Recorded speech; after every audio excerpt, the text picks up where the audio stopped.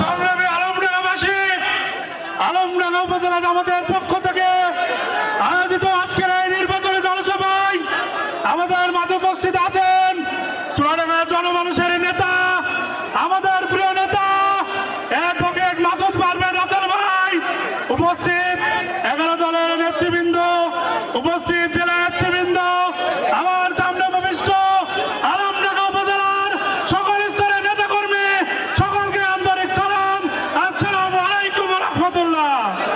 প্রিয় উপস্থিতি, যে জনসমুদ্র তৈরি হয়েছে, এই জনসমুদ্র দেখে আমাদের প্রতিপক্ষ দলের মাথা খারাপ হয়ে যাবে ইনশাল্লাহ। আমরা দেখেছি তারা পরিকল্পিতভাবে আমাদের এই চুয়াডাঙ্গা এক আসনে আমাদের মা বোনদের নিয়ে নিয়মিত এই কুরুচিপূর্ণ বক্তব্য দিচ্ছে, কোথাও কোথাও আবার তারা তাদের গায়ে হাত তোলার মতো দৃষ্টান্ত দেখাচ্ছে। আমরা বলে দিতে চাই, এই কাপুরুষের রাজনীতি বন্ধ করে যদি বাপের বেটা হন, তাহলে আমাদের সামনে এসে চোখে চোখ রেখে কথা বলুন।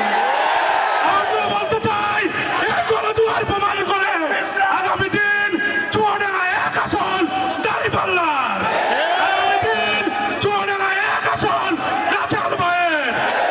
আমরা 12 তারিখে সকাল থেকে সন্ধ্যা পর্যন্ত ভোট কেন্দ্র থেকে আমরা আমাদের ভোট বুঝে নিয়ে রাসেল ভাইকে বিজয়ী করে কেন্দ্র থেকে ফিরবো ইনশাল্লাহ। এই জোয়ার থামানোর শক্তি কারণে তাই আসুন আমরা নতুন করে শপথ নিই, 12 তারিখে এই বাংলাদেশে নতুন ইতিহাস রচনা হবে ইনশাল্লাহ। ধন্যবাদ সকলকে। সংগ্রামী সাথী বন্ধুগণ, এই পর্বে সংক্ষিপ্ত বক্তব্য নিয়ে আসছেন বাংলাদেশ জামাত ইসলামী চুয়াডাঙ্গা জেলা শাখার সম্মানিত জেলা সুরা পরিষদ সদস্য, জেলা জামাতের সম্মানিত যুব